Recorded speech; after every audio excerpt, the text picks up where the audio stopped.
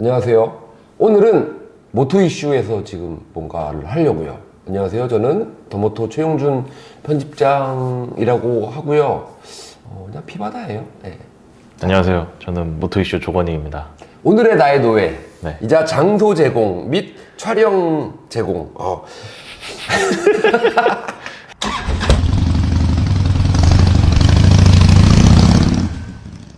자, 여기서 지금 이러고 있는 게, 사실 뭐, 제 채널을 계속 꾸준히 봐주셨던 분들은 아시겠지만, 열심히 안 했어, 나는. 열심히 하지 않아. 에이. 한 달에 하나, 두 개. 그렇게 하면서 탱탱 놀았더니, 저희도 마찬가지인데. 요즘 먹고 살기 힘들어졌어. 그래가지고, 뭔가, 2025년에는 좀 열심히 좀 살아봐야겠다. 라는 취지로, 이제 좀, 많은 콘텐츠를 조금 만들어 보려고 하는데, 추워. 춥기도 하고, 그쵸. 그리고 내가 작년쯤부터 테니스 엘보가 한쪽에 좀 왔는데, 네. 작년 11월 달에 좀, 또 이쪽에 또 양쪽으로 좀 크게 와서, 네. 올해는 거의 바이크를 못 하다 보니까, 뭐, 투어도 잘 안 가고, 뭐, 시승도 좀 열심히 안 하게 되고, 일단 아프니까. 네. 그랬는데, 그러다 보니까 그런 김에 놀아야지 하고, 신나게 놀았더니, 이번 겨울이 너무 춥고 배고파. 날씨만 추운 게 아니라.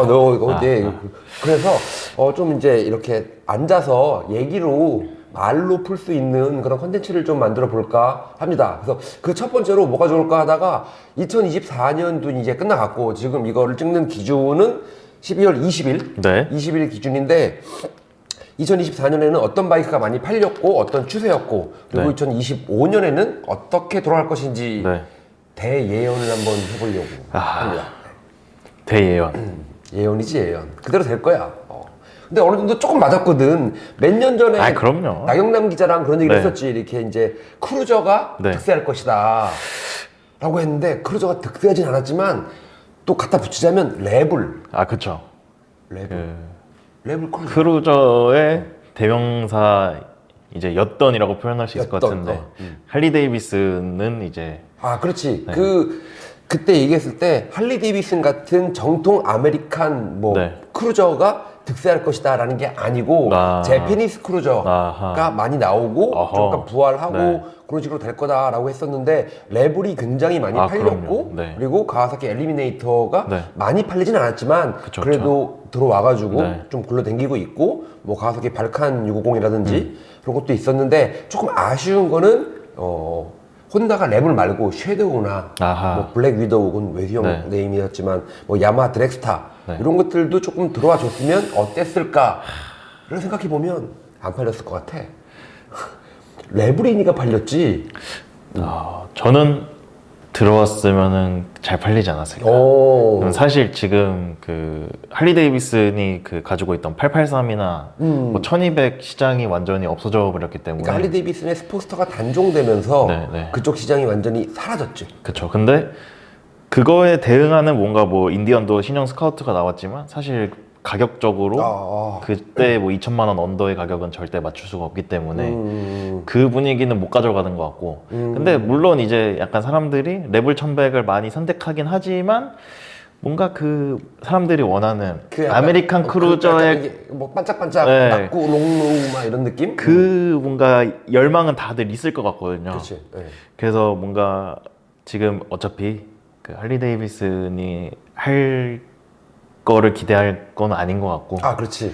기대할 수가 없어 지금 할리 데이비슨한테는. 그래서 혼다가 미친 척하고 600RR처럼 이렇게 섀도우나 그런 거를 예전에 있던 것들 맞춰서 하면은 가격도 잘 맞추고 해서 인기가 있지 않을까.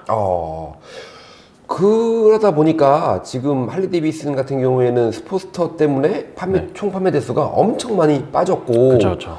그리고 뭐 약간 그 빈자리까지는 아니지만 인디언이 채워주지 못한 거는 인디언이 좀 비쌌지. 비쌌죠. 비싸고 뭐 스카우트 뭐 그 모델이나 이런 것들이 조금 2000 언더 좀 접근하기 쉬운 느낌이면은 상관이 없는데 배기량도 그렇고 그리고 실로 타보면 좀 타던 사람이 탈 수 있는 바이크지 초보들이 입문용으로 타기에는 그렇게 만만하진 않지. 일단 가격도 그렇고 출력 자체도 그렇고 좀 거칠게 나오는 편이고 그런 것들 좀 있었고 그리고 BMW의 R18도 망했지. 그런데 그 판매량 자료를 보니까 그 할리 데이비슨의 소프트테일 라인업이랑 R18 애들이랑 이렇게 경쟁한다고 볼 수 있잖아요. 그치? 보면은 대수가 거의 비슷비슷해요. 비슷하잖아 이게. 네. 그러니까 이게 R18이 BMW AG가 네.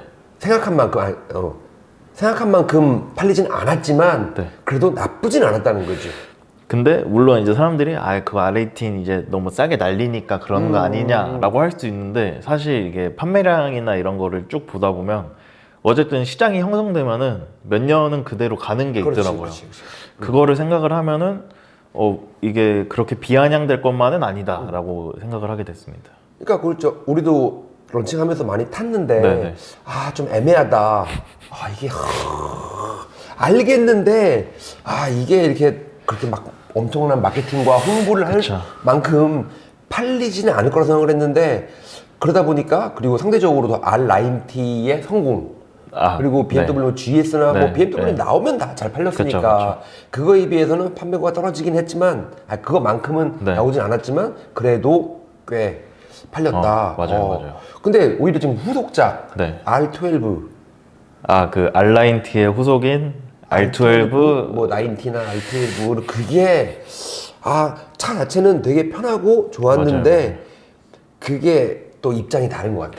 근데 R12는 크루저고 R12 90는 R90인 거잖아요. R90, 따지면은. 네. 근데 R12는 전 타면서 크루저 같다는 느낌은 전혀 못 받았던 것 같아요. 전혀. 그냥 굳이 해석을 하자면 그런 느낌이 있는데 그쵸. 네. 그것 때문에 그걸 선택하는 사람들은 없는 거지. 그래서 물론 과거에 그 R1200C가 그 크게 그 타격을 입었던 전례가 있지만 차라리 클래식한 어떤 크루저 스타일이었으면은 뭔가 레벨처럼 잘 팔리지 않았을까? 배기량이 1800이 아니라 네. 좀 낮춘 네. 그러니까 1200cc 공랭 엔진을 사용한 맞아요. 정통 크루저 스타일을 만들었으면 어떨까? 맞습니다. 근데 그것도 자 그러면은 판매량도 좀 그렇고 네. 지금 요즘에 좀 핫한 소식 네. KTM 부도설? 그 공식적으로는 부도는 아니고 부도는 아니지. 그 법원 회생 절차를 그치, 회생 절차. 하고 있다. 네. 그게 11월 24일인가 7일인가 맞아요, 그때 앞으로 90일간 네. 구조조정 확실하게 하고 네, 이렇게 네. 해가지고 많이 할 것이다 네. 라고 했는데 그래서 뭐 부도 난 건 아니고 망한 건 아니고 그렇다고 내가 생각해도 KTM이 한 방에 그게 무너질 만큼 나약하지는 않을 것 같고 팔 것도 있고. 또 이렇게 근데 이게 또 지금 아마 어디 외국 자료에서 봤는데 본사가 가지고 있는 재고 차량이 13만 대가 있대.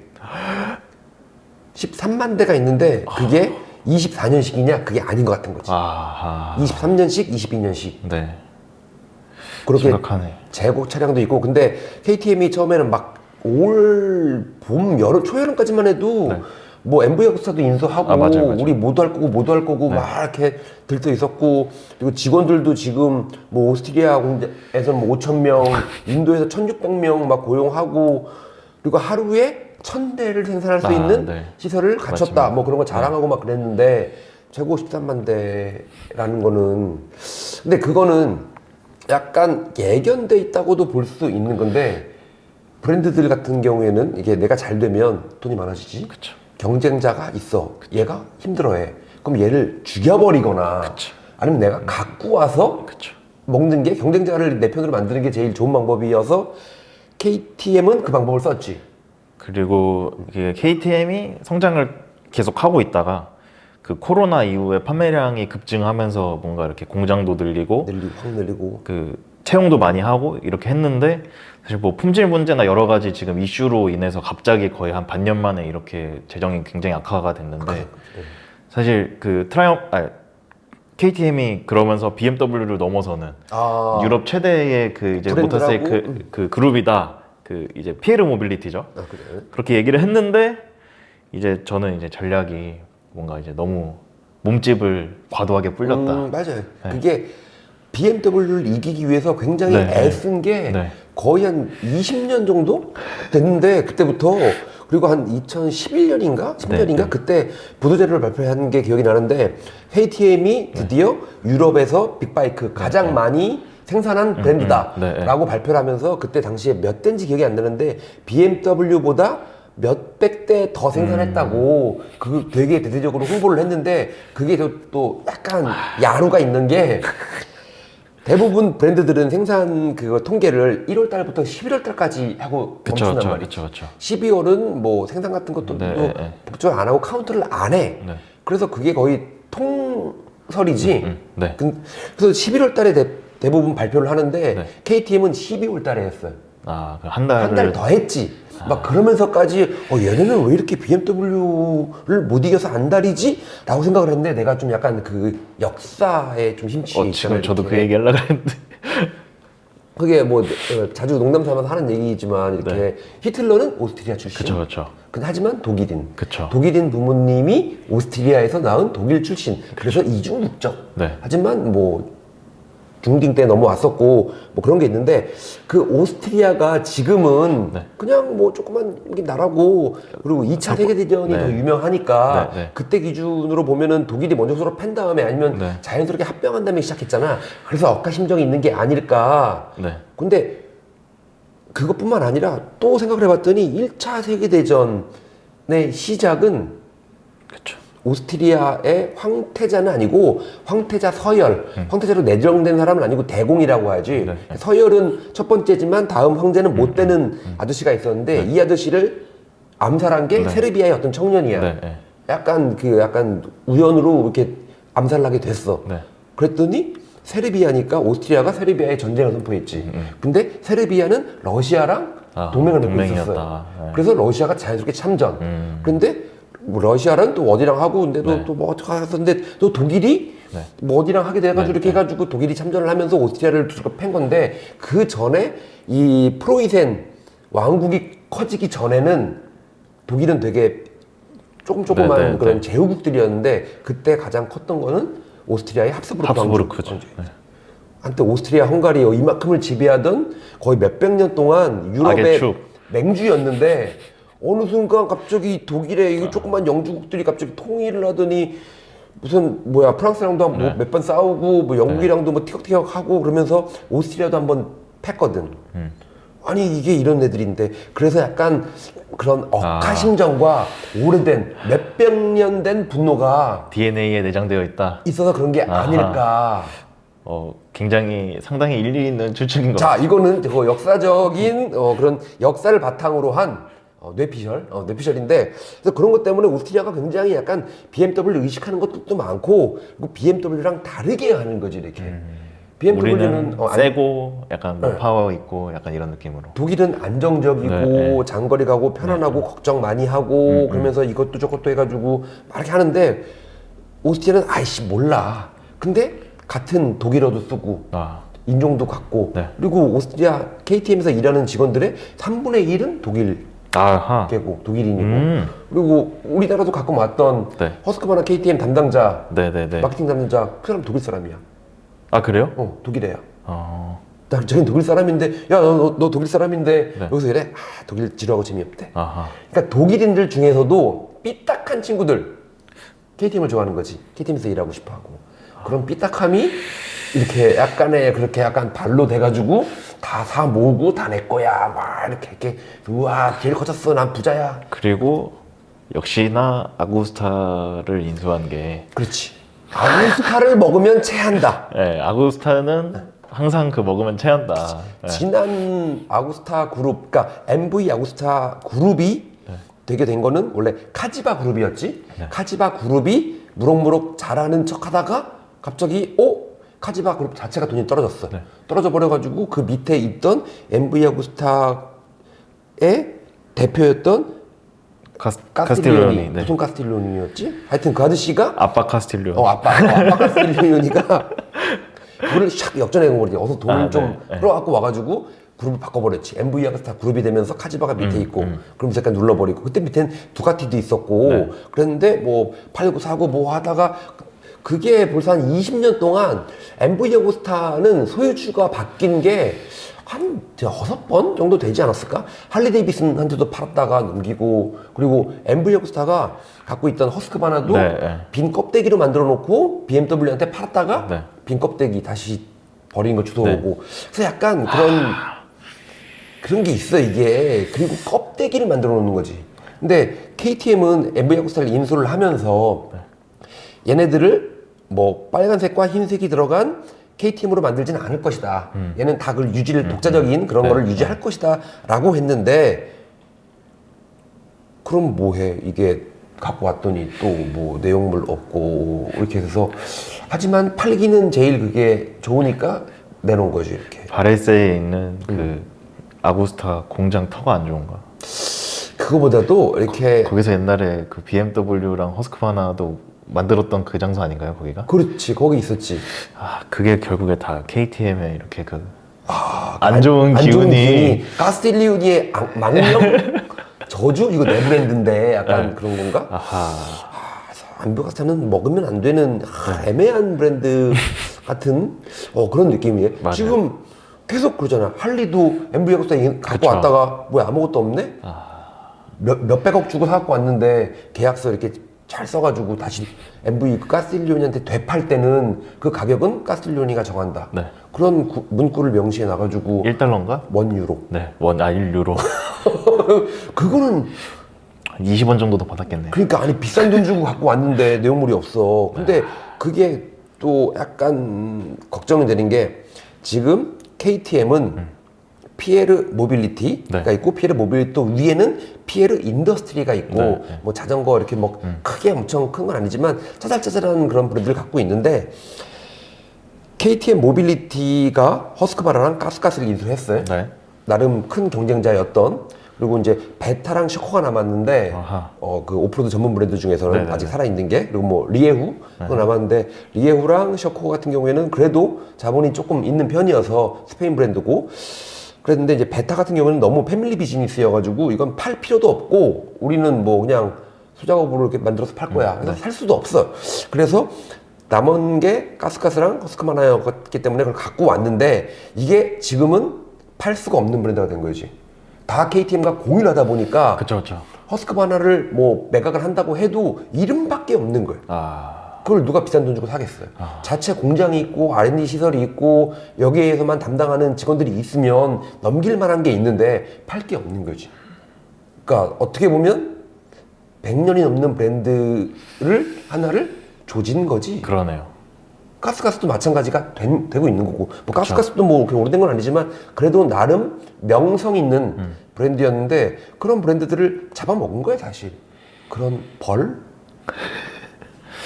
야, 이렇게 얘기하면 너무 KTM이 나쁜 놈이다 라고도 생각할 수도 있는데, 뭐 그런 의도로 말하는 건 아닌데, 잘 해결되기를 바랍니다. 그렇지, 잘 해결될 거야. 될 것 같아요. 뭐 그렇다고 뭐 우리나라 그리고 애들이 계속 내보내는 자료들 같은 것들 보면은 뭐 큰 걱정할 필요 없다. 딜러십 유지되고 부품 공급 잘 될 거고 뭐도 할 거다 거다라고 해야지. 당연히 그렇게 말을 해야지. 그 당연한 거죠. 당연한 거지. 의무지. 당연한 거고. 근데 이제 뭐 모토GP 같은 경우에는 할 거다라고 했지만, 이제 가스가스나 허스크바나 팩토리들은 뭐 모토2는 철수했고, 그리고 다카르 랠리 가스가스 팩토리에 2명, 허스크바나 팩토리에 2명, 그리고 KTM. 많을 때는 KTM 팩토리에 4명에서 5명까지도 내보냈었는데, 지금은 3명인가? KTM에 3명. 이 중에 또 1명은 가스가스에 있던 다니엘 샌더스 데리고 와버렸고, 그리고 허스크바나를 발표하지 않았어요. 허스크바나 팩토리로 있던 루치아노 베나비데스를 KTM으로 갖고 왔고, 그러네요. 그리고 KTM 팩토리로 있다가 지금 아무 소식이 안 들리는 게 메티아스 볼크너. 오스트리아 출신의 다카르 2번 위너였던 메티아스 볼크너는 소식이 없어요. 근데 또 다카르 팩토리에서 2번 우승했던 토비 프라이스는 가스가스에 있던 샘 선덜랜드랑 같이 자동차로 나와. 포드 랩터였나? 어디였지? 라이라 산즈가 포드 랩터를 타고, 하여튼 토비 프라이스랑 샘 선덜랜드는 KTM과 가스가스 팩토리에서 방출은 아니고, 그렇게 해가지고 어떻게 해가지고 쪼개내가지고 올해만 뭐 SSV는 나온다 뭐 그렇게 발표를 해가지고 지금 차하고 있어. 이렇게 그런 걸 보면 돈이 없는 거예요. 근데 내가 대략 계산을 해봤는데, 다카르 개인 출전이 1억 정도고, 뭐 이렇게 하다 보면은 팩토리 팀 한 명을 운영하려면 적어도 10억 정도가 든단 말이지, 바이크랑 뭐. 근데 이게 뭐 4명, 2명 해가지고 적어도 선수랑 고로 것만 해서 한 100억 정도가 드는 거고, 거기에 지원 차량이랑 뭐랑 다 붙이면 스태프들 한 50명 또 붙으니까 또 한 100억, 한 200억짜리 쓰는 건데 그거를 반으로 줄이면 확 줄어드는 거니까 그래서 줄인 게 아닌가. 빚 갚아야 되니까. 어차피 가스나 허스크바나 다 피엘 모빌리티에서 또 돈 나오는 건데 그래서 그런 거를 줄이는 걸로 봐서는 열심히 하고 있다. 근데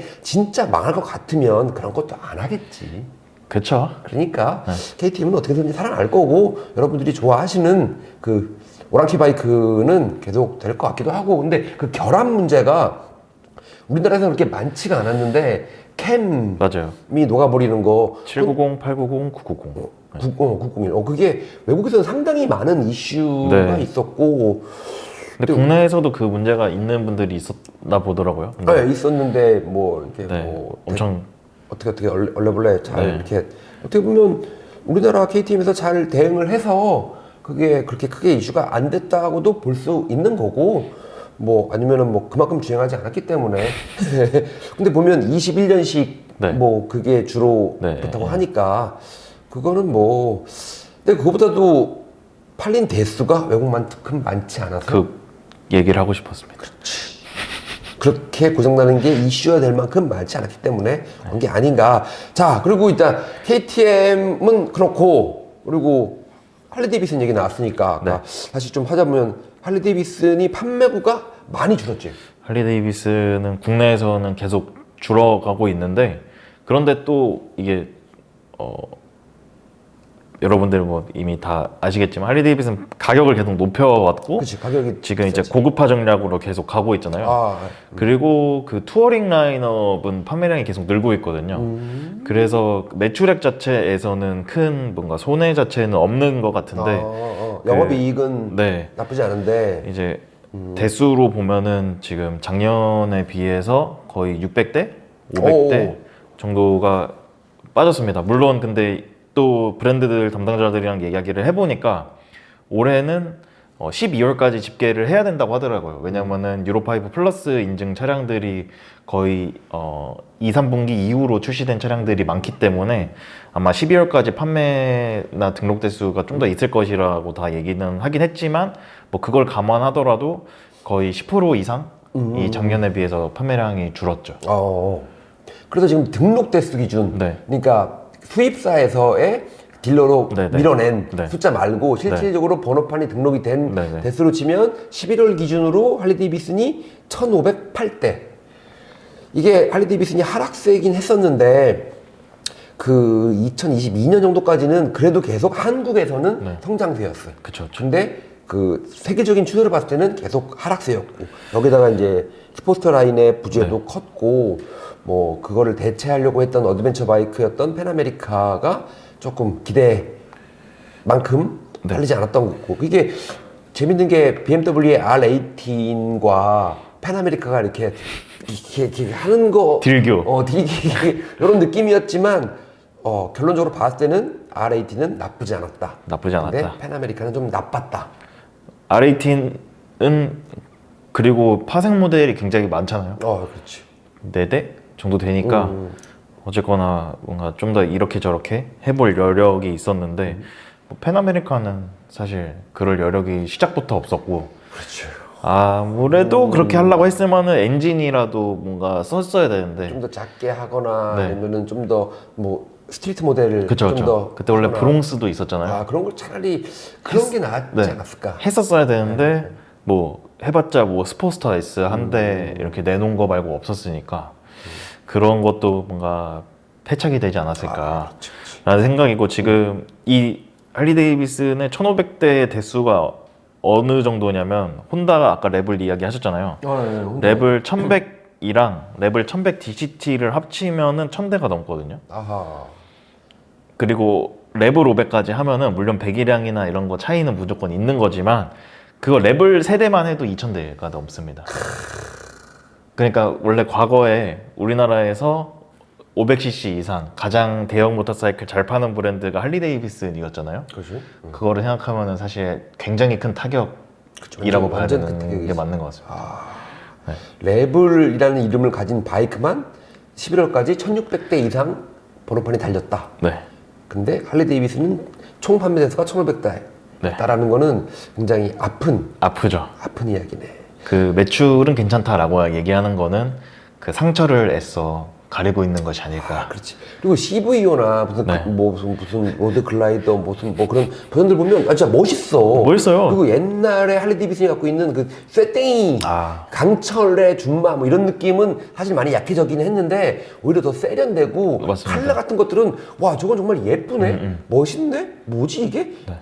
뭐? 얘 뭐야? 얘는 왜 이래? 약간 그런 느낌이 있는 모델들이 있어요.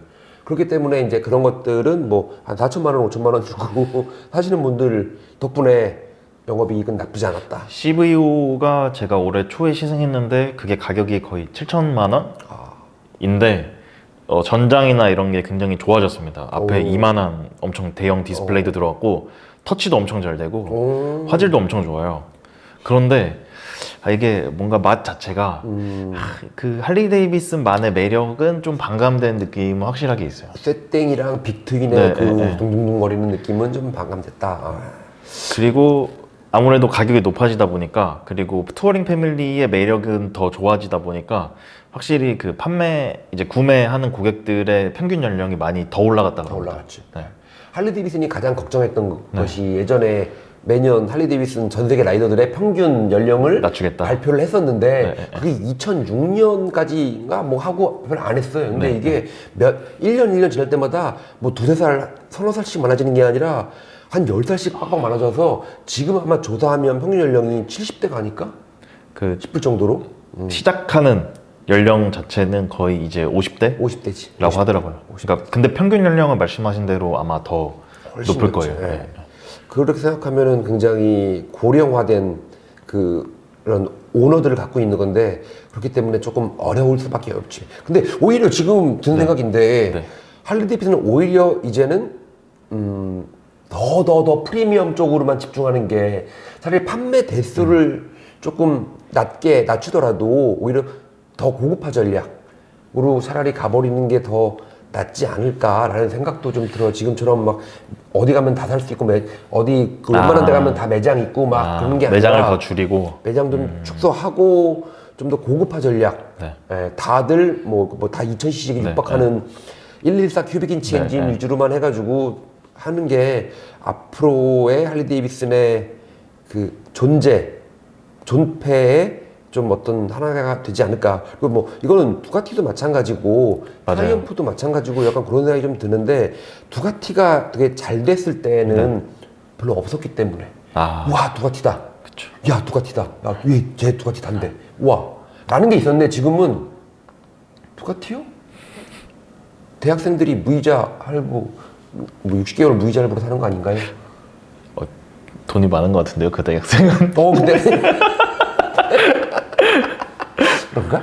근데 그런 프리미엄 브랜드들 과거에 모두가 그냥 자신이 나는 프리미엄이야 라고 말하는 게 아니라 세상 모두가 사람들이 그렇게 봐주는 그런 프리미엄 브랜드들이 계속 하다 보면 좀 더 많이 팔고 싶어지고 하다 보면 생산 대수를 늘리고 많이 파는 엔트리 모델을 만들고 하다 보면 다시 그 무한 반복이 되는 것 같아요. 많이 팔리니까 인기 떨어지고 그러다가 좀 회사가 좀 어려워서 좀 축소시키면 또 괜찮아지고 그 반복의 이 그래프를 계속 넘는 시점인데 지금 두카티는 내려오는 시점인 것 같지. 스크램블러라든지 그런 모델 때문에 너무 많이 찍었어요. 근데 또 한편으로는 파니갈레 같은 모델들 특히 그 2018년이었나요? 그 파니갈레 V4 나왔을 때 굉장히 지금 슈퍼바이크에서 거의 넘버원으로 인정받았잖아요. 근데 지금 신형 나온 파니갈레는 사실 뭔가 그렇게 매력이 있는지도 모르겠고 그리고 그냥 이전에 파니갈레 V4처럼 뭔가 내가 타면 멋있겠지? 나도 저거 타면은 잘 탈 수 있겠지라는 느낌이 없어요. 너무 많아지고 고스펙으로 가니까 뭔가 저건 내가 탈 건 아닌 것 같아. 너무 비싸지니까 나는 다른 거 탈래. 약간 이런 마음이 생기더라고요. 그러니까 차라리 두카티도 그냥 다 5천만 원 이상으로 하고 뭐 다 현금 일시불 아니면 안 팔고 그렇게 완전 고급화 전략으로 가야 되지 않을까? 이게 그런 생각도 들어요. 지금 스크램블러 라인 같은 거 보면은 지금 풀 체인지 된 스크램블러가 이미 진작에 나왔는데 돌아다니는 거를 거의 잘 못 봤고 그리고 그냥 탔을 때 스크램블러, 이름은 스크램블러인데 그냥 스탠다드 네이키드지. 그쵸. 그건 맞죠. 그런 게 조금 모호해지지 않았나. 네, 스크램블러로서의 매력은 줄어든 것 같은데 그건 비단 두카티 문제뿐만이 아니라 그냥 스크램블러라는 장르 자체가 이게 뭔가 상품으로 팔긴 좀 애매한 것 같아요.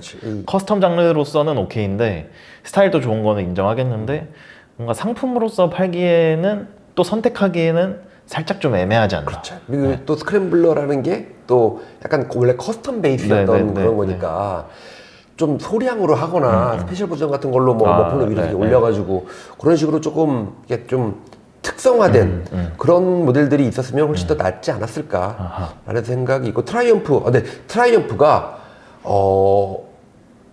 본네빌 말고 다른 모델들은 그렇게 크게 재미를 못 봤지. 타이거 시리즈나 로켓이나 이런 것들은 풀 라인업을 지향하고 있지만 그렇게 얘네들이 그럴까 싶었지만 그래도 본네빌 시리즈들은 많이 팔렸고 많이 나름 굴러댕겼고. 본네빌이 지금 BMW 얘기를 잠깐 하면은 R1290가 올해 등록 11월까지 등록 대수가 37대거든요. 그러니까 저희가 4월에 시승했으니까 그때부터 11월까지 한 6개월, 7개월 팔았다고 하면은 굉장히 R9T에 비해서는 엄청나게 줄어든, 그 전에 R9T는 거의 100대가 넘기고 이랬으니까 엄청 많이 줄어든 건데 그거에 비해서 T120이랑 T120 블랙 두 개를 합치면은 거의 200대가 되더라고요. 그러면은 그거를 그러니까 그 전에, 그 전전해와 비교를 하면은 계속 성장하고 있는 거여서 그러면은 90의 비중을 또 많이 가져왔다고도 볼 수 있을 것 같아요. 그렇지. 그게 합쳐서 200대면은 엄청 많이 팔린 건 아니지만 그렇다고 안 팔린 것도 아니고 그리고 경쟁 모델들이었던 것들을 갖고 온 거네. 맞습니다. 그러면 트라이엄프는 본네빌 시리즈로 좀 꽤 괜찮은 장사를 한 거고 그리고 그 스피드 400. 스피드 400이 파격적인 가격으로 나와서 처음에 이제 엄청 예약이 많이 됐다라고 했는데 지금 올해 11월까지 400이랑 스크램블러 400X 등록 대수가 합쳐서 200대 정도 되거든요. 근데 초도 물량이 그 정도 된다고 했어요. 그러니까 이 얘기는 초도 물량이 지금 다 나가서 등록이 됐다. 그리고 12월에도 또 추가로 들어온다고 했는데 이거는 제가 데이터를 받으면은 한번 알아보겠습니다. 이거는 제일 선방을 한 거네. 이 350, 이게 지금은 그냥 쿼터 클래스라고 불러버리는 이 500cc 미만 요 바이크들 중에서 뭐 로얄필드도 있었고 혼다도 있고 모두 있었는데 이게 제일 먼저 출시되고 파격적인 가격과 그리고 높은 출력, 뭐 출력으로 인해서 얻어지는 장점도 있지만 단점도 있고 근데 그거는 뭐 지금 얘기할 건 아닌 것 같고 일단 걱정과는 다르게 굉장히 잘 팔려서 올해 트라이엄프는 꽤 그래서 재밌었겠네. 트라이엄프가 이거를 200대가 추가된 거잖아요. 신모델이 나온 거니까. 그래서 판매량이 작년보다 괜찮더라고요. 근데 말씀하셨던 뭐 로켓 3나 타이거 같은 거는 여전히 굉장히 낮고 무슨 트리플 뭐 이런 애들 심지어 굉장히 할인을 크게 할인을 크게 하는구나. 1,000만 원. 이야. 지금이 기회입니다. 트라이엄프 사세요? 로켓 3. 로켓 3 사세요? 자, 그렇게 돼 있었고 그리고 아까 허스크바나 KTM 미겜에서 같이 조금 했었는데 허스크바나가 풀체인지된 401과 801 801은 발표한 지 얼마 안 됐지만 뭐 차는 벌써 들어와 있고 그것들이 거의 완전 풀체인지인데 전에 마이너 체인지 좀 하다가 근데 기대보다는 처음에 필렌 시리즈 런칭했을 때보다는 반응이 맞아요. 약간 미적지근했던 것 같지만 그래도 완전 나쁘진 않았던 것 같아. 뭐 메테나 근데 스파르트 필렌이 225대가 등록이 됐는데 이거는 절반은 구형입니다.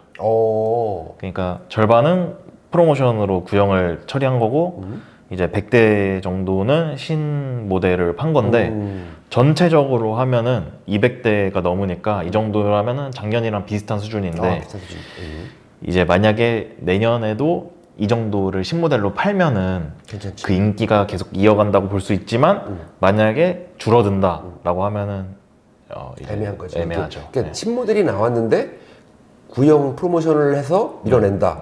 근데 그거 뭐 맞는 얘기고, 그러니까 이게 어떤 모델들 보면 프로모션을 해도 안 팔리는 애들이 있는데 그쵸. 그래도 팔렸다는 거는 다행이다. 이게 아직 그 소비자들이 신형에 대해서 그렇게 엄청난 반향을 일으킨 것 같지는 않아요. 예.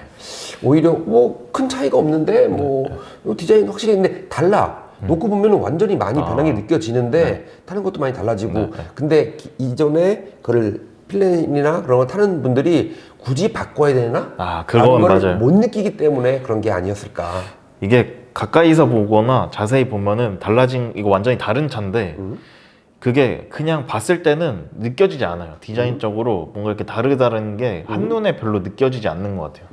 그래서 저 같아도 그럴 바에는 차라리 유로도 똥꼬도 덜 막혀 있는 애를 타는 좀 더 게 빠당빠당한 애들. 그걸 타는 게 낫지 않을까? 그렇지. 네. 그런 날도 들고. 가격적으로도 아마 중고 가격도 가격이 좋을 거기 때문에 그게 이게 뭔가 시장에 반영이 됐다라고 생각을 합니다. 근데 이게 다 봤을 때 네. 이 순위로 보면은 그렇게 나쁘지가 않은 것 같아. 그렇죠. 근데 이 순위 잘못 적어놓은 겁니다, 이건. 대략적인 순위 한번 네. 좀 지금 읊어봐봐요.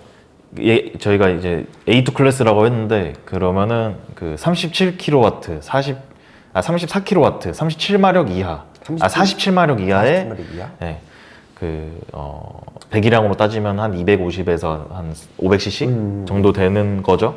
여기가 이제 그러니까 유럽의 면허 체계 기준으로 해서 그렇지. 유럽은 배기량이 아니라 총 마력, 출력 기준으로 하기 때문에 오히려 더 합리적인 거죠. 네. 그렇게 되어 있는데 지금 1등이 레벨 500이어서 1095대고요. 그리고 2등이 R3입니다. 359대.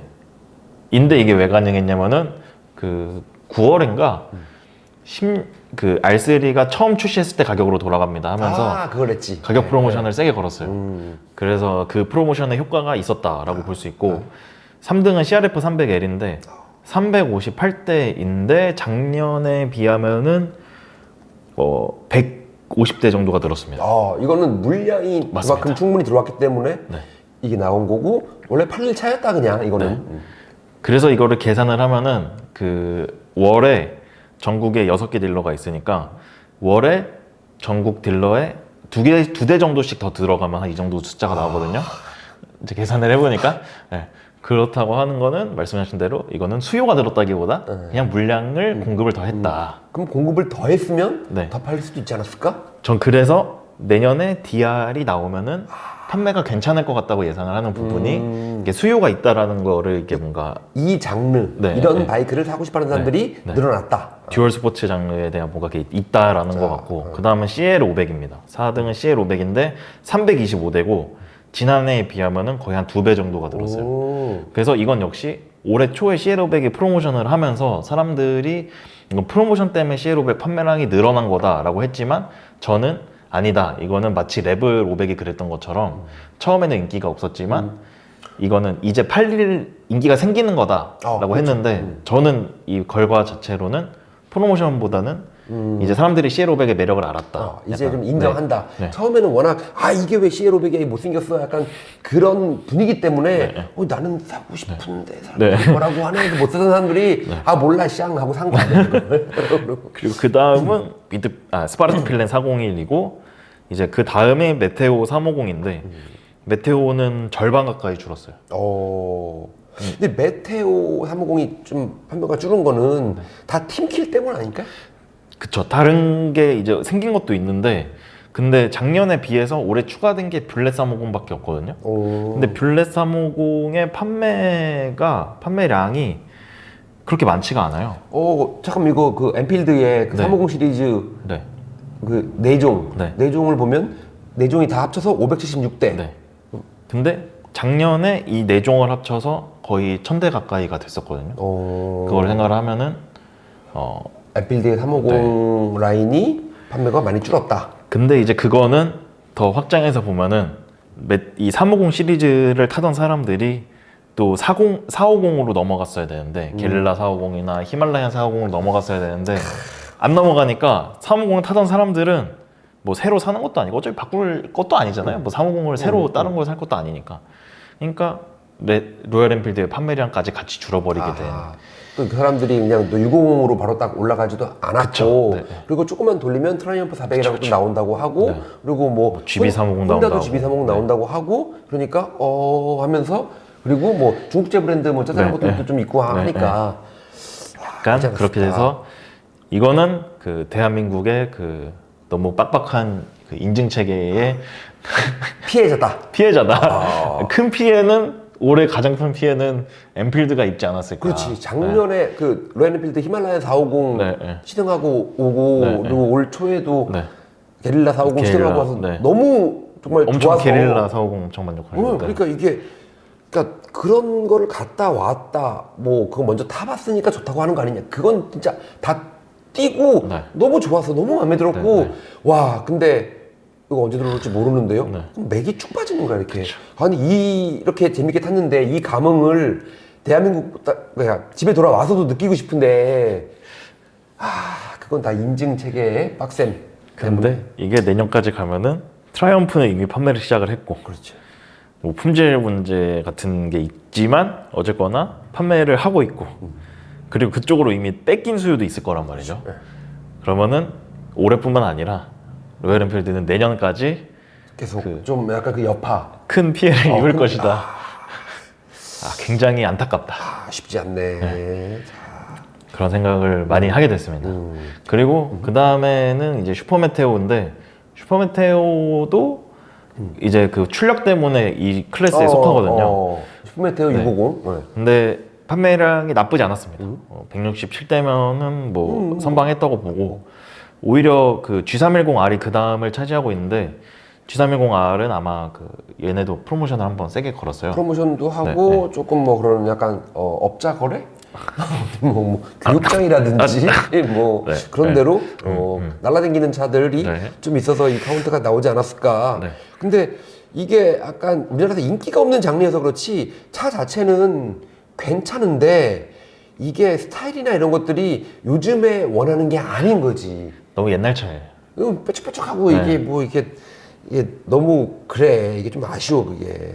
사실 거의 한 10년 전 차에서 거의 껍데기만 바꿔놓은 수준이잖아요. 그리고 로드스터라고 하는 게 지금은 그냥 약간 클래식한 느낌이 조금 묻어 있어야지 인기가 있는데 우리나라에서는 약간 그런 하이퍼 네이키드는 아예 우주선으로 가든가 아니면 아예 하이퍼 모타드가 돼버리거나 그럼 아니면 스파가 되거나 인기가 있는데 그냥 정통 로드스터 타입들은 우리나라에서 인기가 없어요. 뭐 그 다음에는 보니까 뭐 헌터 350 160대 어이 뭐야 가와사키 닌자 4 RR이 159대. 깜짝 놀랐습니다. 깜짝 놀랐네. 비싸다고 생각했지만 비싸다고 했지만 마지막 4기통을 가질 수 있는 기회를 놓치지 않는 사람들이 있구나. 야, 그리고 뭐 그 다음에는 뭐 MT-03, 뭐 클래식 350, G310, GS 120대, 스피드 400, 117대, 390 듀크 113대. 뭐라고 해도 그래도 100대 이상 팔려주는 듀크 시리즈. 근데 CF 모토의 450 SR이 107대. 이거는 잘했어요.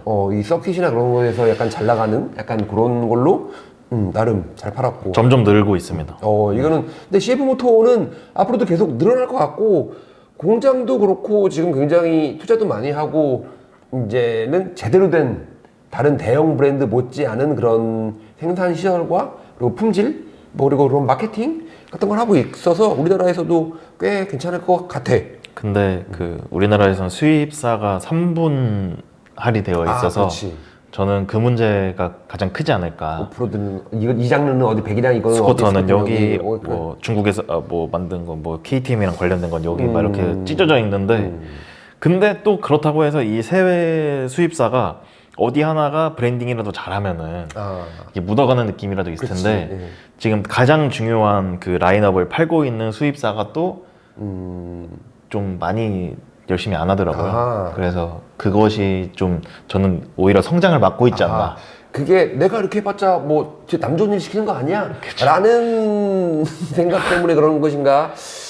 그러니까 뭐 같이 모여가지고 뭐 이렇게 뭐 공동체라도 만들던가 뭐 이렇게 해야 되는데 뭐 대한민국 모터사이클 시장의 악습이지 이렇게 내가 돈을 못 벌면 너도 못 벌어야 돼 라든지 이렇게 나만 벌 거야 라든지 그래서 내년에 이 450 MT가 나온다고 하는데 걔는 물론 이제 듀얼 스포츠는 아니지만 그래도 저는 어느 정도 수요가 있을 거라고 보거든요. 걔는 굉장히 많이 얘기를 네. 듣고 있고 네. 사람들 관심 갖고 있더라고요. 이렇게. 근데 물론 취향 자체는 다를 것 같아요. 그 CRF 300L이나 그 DR을 기다리는 사람들이랑 CF 모토 450 MT를 기다리는 사람들이랑은 전 좀 다를 것 같거든요. 그냥 딱 든 생각인데 네. 히말라얀 412를 타던 사람들이 네, 좀 더 가벼운 거, 좀 더 앞바퀴 큰 거 타고 싶다. 네. 그 사람들이 그런 거를 원하거나 아니면 히말라얀 중에서 네, 네. 450 중에서 간을 네. 보거나 네. 약간 그런 네. 시장이 있을 거야. 아니면은 테레네 사고 싶은데 우리나라는 테레네가 전식 수입 안 되니까 그냥 더 가벼운 450 MT를 사야겠다 하거나 뭐 그럴 수도 있어. 네. 예. 그럴 것 같은데 뭐 좀 아까 말씀드린 대로 이게 뭔가 브랜딩이 잘 되지 않으면 그 효과를 100% 보기는 어려울 것 같다. 네. 자, 여기서 잠깐 테네레 얘기가 나와서 그런데 나 지금 테네레 몇 킬로 타셨어요? 지금 그 시승차를 인수했던 건데 네네. 그거를 다시 팔고 처분이 됐어요? 신차를 다시 같은 차를 2번 사기. 하지만 그만큼 바이크는 좋다. 그러니까 내가 같은 차를 2번 사는 바이크들이 몇 개 있는데 네. 카타나 400이 그랬고 베스파 250이 그랬고 네. 그리고 지금 뭐 에이프 같은 경우에는 계속 눈에 보이면 모으고 네. 있고 네. XR100도 그렇고 네. 그런 기종들이 몇 대 있어요. 세로우 둘드로도 그랬고 DR 시리즈도 그랬고 네. 그랬는데 테네레도 재구매를 그래서 지금은 그걸 또 신차를 갖고 와서 네. 일부러 등록도 했지만 안 타고 있어요. 등록은 하셨고? 등록은 했고 안 타고 있어. 주행거리 0km로 내년 봄까지 여름까지 갈 거야.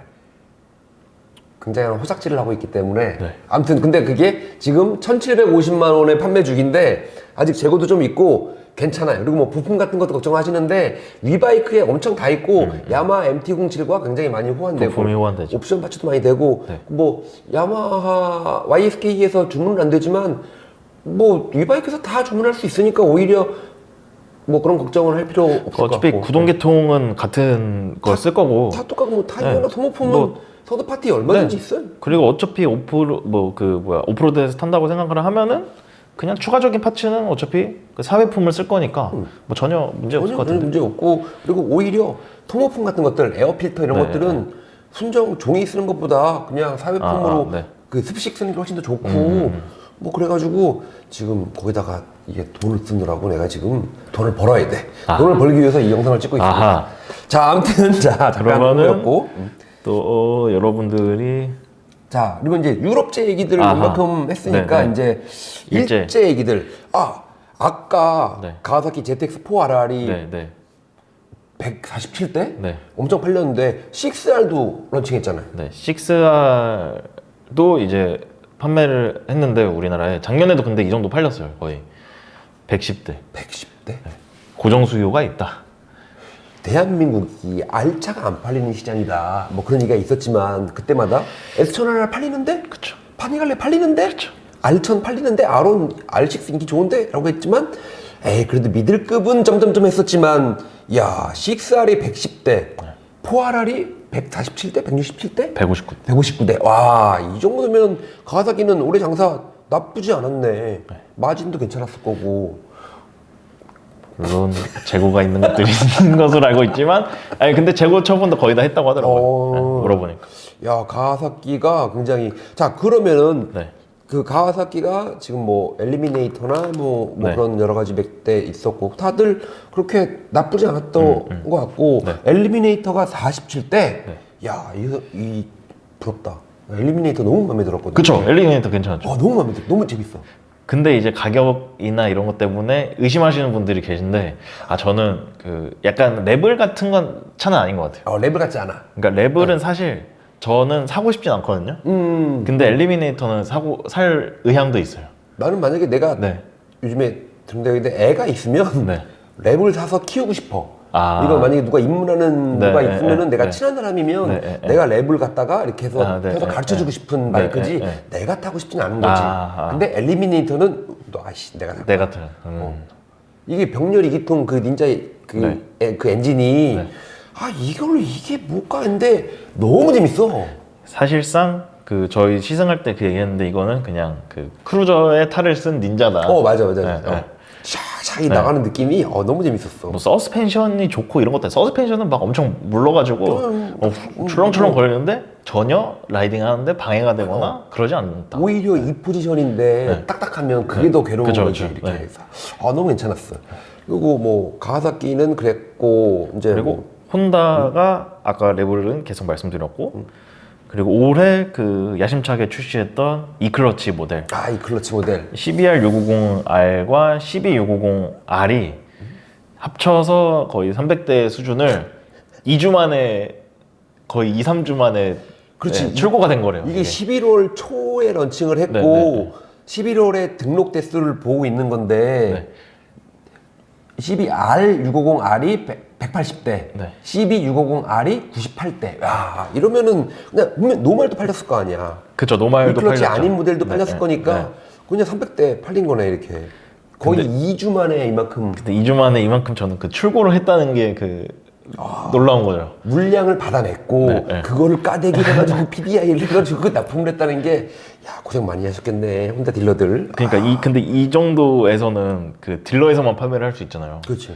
그럼 이걸 6대 딜러에서 300대를 그러면은 50대씩 가. 50대씩 깠다는 거니까 2주에 50대를 깠으면은 계산이 안 된다. 근데 이거를 다시 생각하면은 이게 가능했던 거는 PCX 까대기를 했던 그 노하우가 있기 때문에 이 정도 까대기 하는 거는 일도 아니다.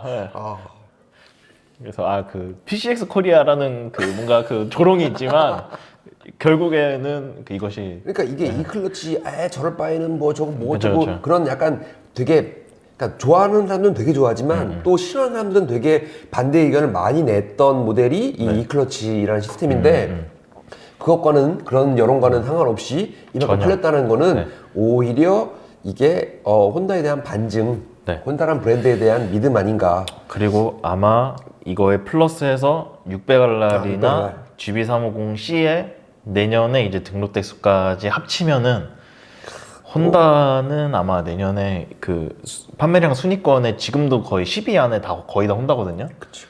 20위권 안이 거의 다 혼다가 되지 않을까. 600알랄이 지금 70대 물량이 딸렸지만 이건 예약이 뭐 몇백 대 되고 뭐 했는데 그래도 70대가 70대밖에 안 팔렸어가 아닌 거지. 그쵸. 70대나 갖고 왔기 때문에 다 나간 거다. 근데 이거를 좀 그럼 650R은 나중에 더 런칭했는데 왜 이만큼 됐는데 왜 600알랄은 먼저 런칭하고 수량 이거밖에 안 되냐라고 하실 수 있지만 뭐 따지면은 600알랄은 일본 생산이고 일본에서도 일본 내수 모델로 뭐 내년 예정이 뭐 200대 정도밖에 생각을 안 했기 때문에 생산 자체를 많이 하는 게 아닌데 갑자기 전 세계적으로 미쳐가지고 막 예약을 하니까 혼다가 우리는 그렇다고 생산을 빡 늘릴 수 없어. 그래서 안 늘린 거지. 그래서 못 갖고 들어온 거고. 근데 NX500 NX500은 50대. 근데 CB500X일 때보다 많이 줄었고 그리고 CBR500R 신모델이 148대거든요. CBR500R이 148대. 근데 이거를 생각하면은 NX500은 좀 이제 주춤하다고 볼 수 있을 것 같아요. 건데 그 CB500X일 때도 저걸 뭐 별로 안 팔리는 차 아니야 라고 했지만 그래도 팔렸고 거의 100대 정도는 근데 NX500으로 바뀌면서 훨씬 예뻐졌는데 또 많이 이제 더 듀얼 스포츠처럼 됐는데 이만큼밖에 안 팔렸다는 거는 내가 보기엔 잘 모르지 않았을까. 그리고 나도 지금 그 인지가 별로 없었어. 혼다 NX500이 있었지라는 인지 자체가 없었기 때문에 약간의 얘는 홍보만 조금만 더 잘 해주고 하면 근데 트렌잘프가 그 외국도 그렇고 좀 듀얼로 오프로드 튜닝을 해가지고 타시는 분들이 조금 계시는데 근데 그렇게 많이 팔렸다고 할 만큼은 팔리진 않았더라고요 이렇게. 그래서 오히려 NX500이 더 가능성이 있지 않을까 그런 듀얼 스포츠로 봤을 때 그런 생각이 좀 들어요. 저는 그런 것 같아요. 그냥 그쪽 장르에서는 오히려 CRF 300 같은 거를 사람들이 더 원하는 것 같기도 해요. 요즘에 분위기 자체가. 그래서 DR도 되게 적절한 타이밍에 출시를 하지 않았나. 근데 그 예전에 DR400, SE, 뭐 SM 같은 거를 타본 사람으로서 그거에 비하면 CRF 300L은 굉장히 가볍고 다루기 쉽고 편하고 네. 쉬운 차야. DR은 그렇게 쉽고 편한 차는 아니. 그쵸.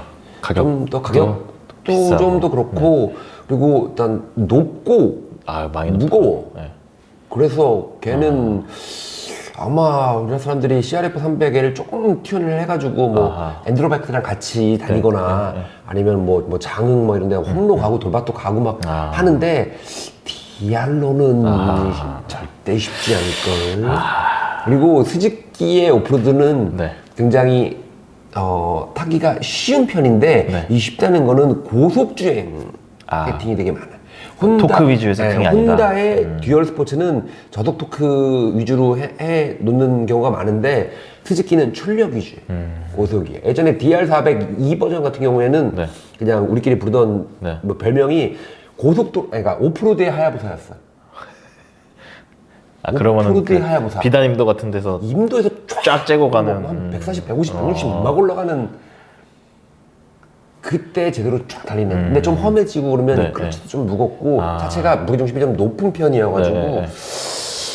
그래서 나는 그렇게 막 엄청 막 빵 터질 것 같지 않아. 여기 이제 사람들이 탔다가 너무 높은데? 그건 맞아요. 이거 너무 일단 시도보고 높고, 낮춰도 뭐 롱 네, 이렇게 네. 끼고 그러면 이게 스즈키 차들이 약간 특징인 게 롤링 껴서 낮추면 뒤가 너무 많이 내려가요. 안 예뻐지는구나. 너무 못생겨져.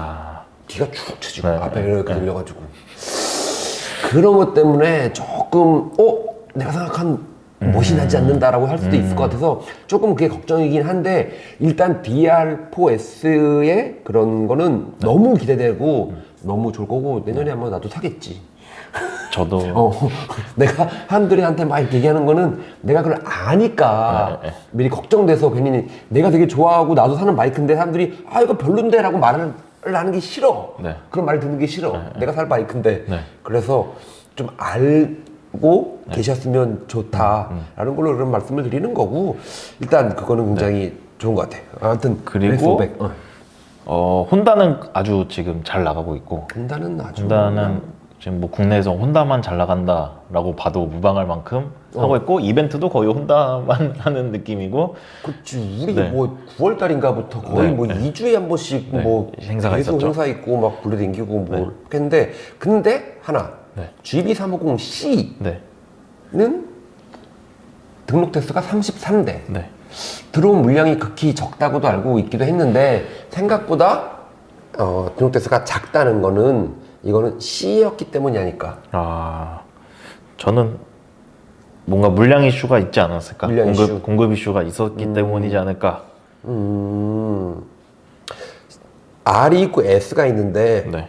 C를 들어온다고 했더니 S 들어오면 살 건데 R 들어오면 살 건데 하면 아니 클래식을 원해가지고 정통 클래식을 들여왔더니 왜 또 뭐라 그래. 그런 느낌이잖아요. 제 생각에는 이거는 그 C를 출시한 거는 의도적이었다고 해요. 그 유럽은 S부터 나왔거든요.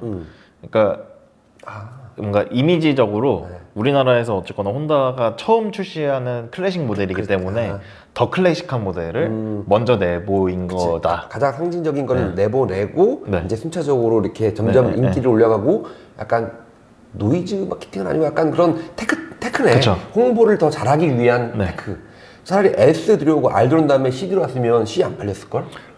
그리고 뭔가 이거는 그냥 저 순전한 저의 그냥 생각이지만 그 유럽 먼저 그 물량이 어쨌거나 많으니까 S 먼저 가져가고 그 다른 한국은 좀 더 참아 해서 변방은 조금 일단 이거부터 니네 처음이잖아. C 먼저 S 먼저 그 다음에 S와 C 약간 이렇게 해서 이제 서로 이제 뭔가 균형을 맞춰가는 느낌도 있지 않을까요? 그게 맞을 것 같아. 그리고 이게 33대라는 건 이거는 뭔가 이상한 거야. 이거는 우리가 뭐 딜러 같은 데 가고 본사에서 뭐 얘기를 들은 건 없지만 찾아보면 그런 이유가 있지 않을까. 그러니까 혼다는 내년에도 괜찮을 거고 올해도 아주 괜찮았다.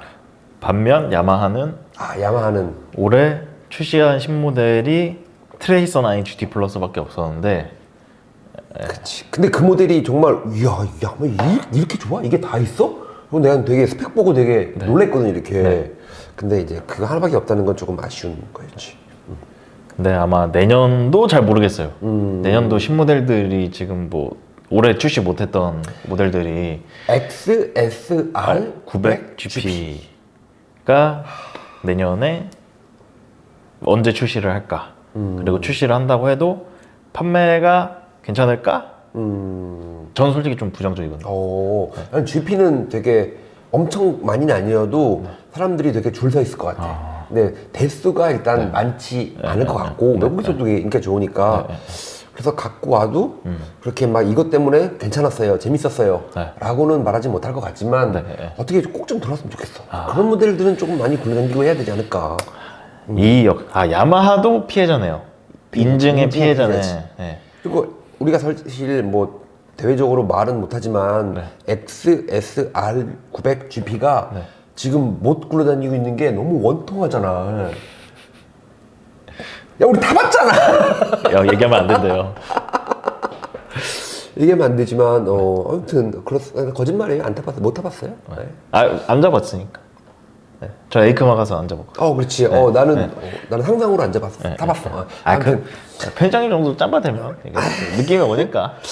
이게 너무 아쉽고 참 야마하가 조금 아쉬운 부분이 많네. 이렇게 그렇다고 MX가 뭐 엄청 그런 것도 아니었고, 근데 R7 같은 경우에는 뭐 조금 팔렸던 것 같고. R7도 안 팔린다고 하는데 저는 그냥 솔직히 얘기하면 그냥 병렬 2기통 스포츠의 수요는 그 정도인 것 같아요. 그렇지. 이게 올해 R7 등록 대수가 159대인데 이건 뭐 4RR이나 6RR 정도인 거잖아. 이게 더 훨씬 싸고 더 타기 접근하기 쉬운 기종인데 이렇다는 거는 이게 4기통에 대한 그런 수요와 2기통에 대한 수요가 명확하게 있고 R7을 선택한 사람들은 가격이나 성능이나 이런 것들을 보고 그냥 R3에서 올라온 사람들, 그리고 진짜 스포츠 주행을 원하는 사람들은 R6나 R1을 원하지 R7은 아니다. 그러니까 뭐 CRF 500R, CBR 500R은 더 배기량도 낮고 가격도 더 낮고 이러니까 그건 오케이. 근데 여기에서 R7이나 이런 걸로 넘어가기는 좀 애매하다는 거죠. 근데 그러니까 완전 본격 스포츠도 아니고 근데 포지셔닝도 그렇고 이건 뭐지? 근데 이걸로 또 입문할 것도 아니고. 그렇지, 입문차도 아니고. 근데 CBR 500R은 입문차야. 그쵸. 입문이 가능해. 그래서 CBR 500R을 타다가 그러면 넘어가면은 S1000RR이나 이런 걸로 넘어가지.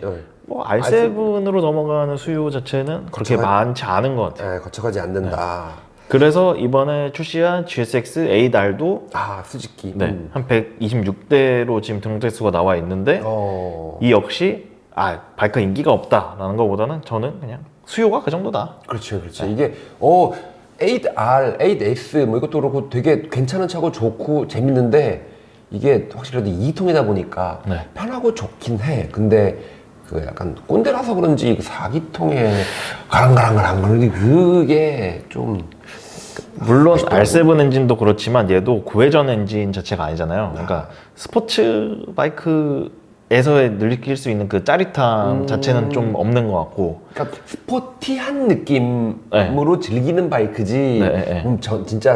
진짜 좀 제대로 된 스포츠 주행을 하기에는 아쉬운 건 맞지. 근데 오히려 전 R7은 오히려 그 되게 퓨어 스포츠 하다고 생각하거든요. 바이크의 전반적인 느낌 자체가. 근데 8R은 스포츠 투어링 같은 향기가 있다고 전 느꼈는데 물론 이게 범용적인 선택을 받기에는 더 나은 설정이지만 뭔가 그 전에 있었던 뭔가 R750이나 뭐 심지어 네이키드인 S750의 그것을 대체하기에는 그거는 아닌 것 같다. 그렇다고 뭐 SV의 그 650 V-twin 엔진 뭐 그런 또 완전 다른 얘기고. SV650 훌륭하죠. 훌륭하지. 그건 완전 사고를 이건 울어내고 계속 울어내서 근데 계속 울어낼 수 있다는 거는 그만큼 이게 진국이었기 때문에 울어낼 수 있는 거지 이렇게. 몬스터가 이제 트레일리스 프레임이 아니잖아요. 그렇지. 몬스터 같은 바이크 SV90 V-twin에 트레일리스 프레임에 동동동동 거리고 유턴 왔다 시동 꺼트릴 수도 있고 가격도 싸고 1,000만 원도 안 하고 그것이 클래식이다. 그렇지. 그리고 어디나 다 고칠 수 있고 네. 누구나 다 알고 있고 내 친구도 탔고 나도 있었고. 물론 다마가 이만하지만 자, 그런 게 있었고 스즈키가 또 S1000GX가 꽤 팔렸네. 108대. S1000GT가 111대. 그래서 GT가 많이 줄었어요. GT가 좀 줄었네. 근데 저는 이걸 나눠 먹기 했다. 나눠 먹기지. 네. 근데 이게 합하면 229대인데 이 정도면 S1000 나쁘지 않은 거죠. S1000 다 합치면은 꽤 많을 거예요. S1000만 이렇게 다 합치면. 뭐 그건 계산해 본 적은 없는데. 뭐 카타나도 있고 뭐, 네. 뭐 지금 카타나가 뭐 엄청 인기가 좋고 막 그건 아니지만, 그건 아니지만. 그래도 스물 나가고 있고 네. 그리고 카타나가 천이 네. 중고가 인기가 좀 좋대. 시세가 좀 낮아서 처음에 이제 좀 뚝 떨어졌었는데 지금 고만고만 유지되면서 되게 활발히 거래가 된대. 카타나가 그 타기 전에는 디자인이 그 옛날 오리지널 카타나에 미치지 못한다. 포지션이 너무 편하다. 뭐 디자인이 안 예쁘다라고 하지만 타보면은 그렇지. 근데 내 주변에는 네. 나랑 같이 이게 계속 늙어가고 있는 네. 바이크 고인물들은 다 카타나를 탔던 사람들이거든. 옛날 카타나. 카타나 750, 400, 뭐 지금도 갖고 있는 사람들도 아직 많고. 근데 그네들이 다 하는 얘기가 야, 나 신형 S 그 카타나 갖고 싶어요. 야, 카타나인데? 오히려 탔던 사람들, 가졌던 사람들, 갖고 있는 사람들은 그 디자인을 인정해. 그게 약간 놀라웠어. 이거 느껴지는구나. 근데 이거를 갖고 있다 보면 400을 지금도 갖고 있다는 거는 20년 넘었다는 거거든. 시동이나 한번 걸어줄까? 왜 오늘도 안 걸리네? 내일 걸어야지. 약간 그런 거기 때문에 야, 버튼 누르면 시동 걸린다며? 타구 청소할 필요도 없다며? 그쵸. 그거는 이게 인정이거든. 그러니까 그거를 못 느껴봤던 사람들이 이제 그에 대한 약간 경험하지 못했던 것에 대한 동경이지 절대적인 평가는 아니거든. 왜 신형이 나오겠어요? 그쵸. 아무튼 근데 스즈키는 그렇게 있었고 지금 뭐 스쿠터는 조금 그랬고 버그만 시리즈가 알게 모르게 그 약간 상용으로 좀 또 돌아다니더라고 이게. 어떤 거요? 버그만 시리즈들가. 네. 버그만 시리즈들 그 네, 스트리트도 네, 그렇고 네. 구형 버그만들도 버그만 스트리트 꽤 많이 팔았어요. 오. 그래서 스즈키가 작년에 비해서 지금 등대수가 작년보다 올라갔습니다. 뭐 그래서 주유구가 어딨네 뭐 말이 많지만 잘 밀어내. 버그만은 앞에 있어요. 버그만 앞에 있고. 아베니스가 아베니스가 뒤에 있는 거지. 아베니스는 네, 아베니스는 언급하지 않겠습니다. 네. 버그만 스트리트. 저 아베니스 참 좋은데. 되게 재밌었어. 기름 넣을 때 허리 안 숙여도 되고. 또 하고. 편의장님도 탑박스를 다시나요? 스쿠터를 사면?